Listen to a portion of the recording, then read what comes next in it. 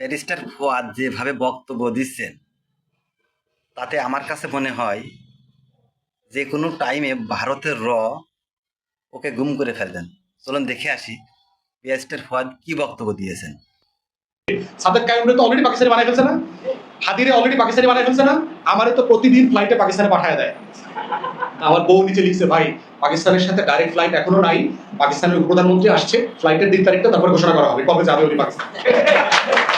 তুমি তো আমার পাঠায় দিবে, ফ্লাইট লাগবে তো, ইসলামাবাদের সাথে এখন ফ্লাইট নাই, এই জন্য নতুন দেখবেন ইসলামাবাদের সাথে ডাইরেক্ট ফ্লাইট হয়েছে। নিচে আমার আরেকজন লিখছে, ভাই এই যে আপনারে পাকিস্তানে পাঠানোর জন্যই বাণিজ্য মন্ত্রী আইসা সরাসরি ইসলামাবাদে ডাইরেক্ট ফ্লাইটের চুক্তি করে গেছে, আমারে হাদিরে হাসনাতে সবারই পাকিস্তানে পাঠাই দিবে।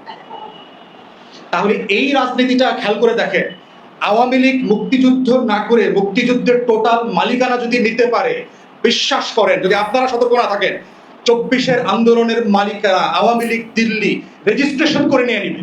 নিশ্চিত থাকেন যে আওয়ামী লীগের রাজনীতি করবার জন্য মুক্তিযুদ্ধের সপক্ষে 1400 মানুষ জীবন দিচ্ছে শুধু শেখ হাসিনাকে ফেরায় নিয়ে আসার জন্য।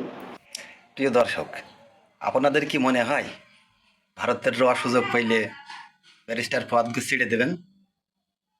অবশ্যই কমেন্ট বক্সে জানাবেন।